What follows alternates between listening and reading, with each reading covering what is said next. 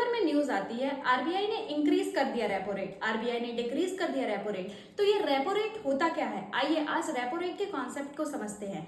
As a individual जब हमें loan चाहिए होता है तब हम बैंक के पास जाते हैं और बैंक हमें लोन देता है एक पर्टिकुलर इंटरेस्ट रेट पे। वैसे ही जब बैंक्स को लोन चाहिए होता है तो बैंक्स जाते हैं आरबीआई के पास में, आरबीआई बैंकों को लोन देता है और उस लोन पे जो इंटरेस्ट रेट लगता है उसको बोलते हैं रेपो रेट, जिसकी फुल फॉर्म होती है रीपर्चेस ऑब्लिगेशन रेट। अब सवाल ये आता है कि आरबीआई अगर रेपो रेट को इंक्रीज या डिक्रीज करती है तो इससे मार्केट के ऊपर क्या इफेक्ट पड़ता है।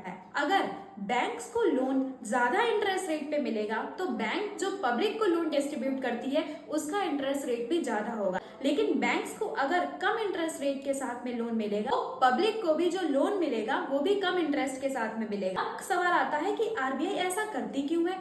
जब आरबीआई को मार्केट में डिमांड को क्रिएट करना होता है या इकोनॉमी को बूस्ट करना होता है तो आरबीआई रेपो रेट को कम कर देती है, जिससे कि बैंक्स जो है उनको सस्ता लोन मिलता है और बैंक्स जो पब्लिक को लोन डिस्ट्रीब्यूट करती है वो भी कम इंटरेस्ट पे करती है, जिससे कि पब्लिक ज्यादा लोन लेती है, डिमांड क्रिएट करती है और इकोनॉमी बूस्ट होती है। अब सवाल आता है कि इकोनॉमी बूस्ट करना तो अच्छी बात होती है, तो आरबीआई रेपो रेट को इंक्रीज क्यों कर देती है।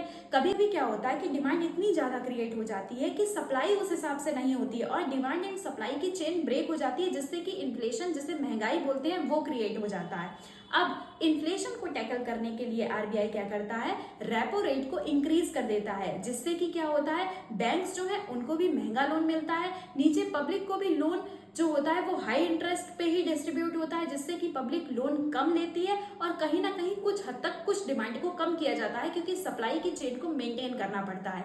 ये है कॉन्सेप्ट रेपो रेट का। अब आप समझ गए होंगे कि आरबीआई रेपो रेट को इंक्रीज या डिक्रीज क्यों करती है।